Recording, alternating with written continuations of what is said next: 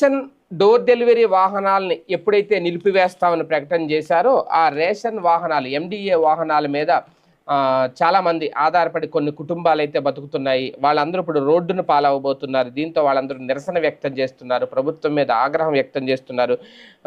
తాజాగా ఇప్పుడు ఈ ఎండియు వ్యవస్థను ఎప్పుడైతే రద్దు చేశారో దీని మీద ఈ వాహన డ్రైవర్లు ఎవరైతే ఉంటారో వాళ్ళందరూ విజయవాడ ధర్నా చౌక్లో రేషన్ డెలివరీ వాహన డ్రైవర్లు ఆగ్రహం వ్యక్తం చేశారు.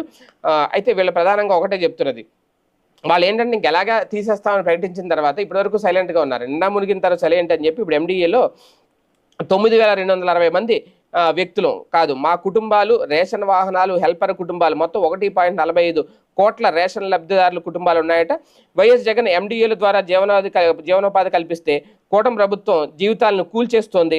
వరదల్లో వానల్లో అమరావతి శంకుస్థాపనల్లో రేయింబావులు పనిచేసిన మాకు రేషన్ వాహనాల రద్దును రిటర్న్ గిఫ్ట్గా ఇచ్చింది అంటూ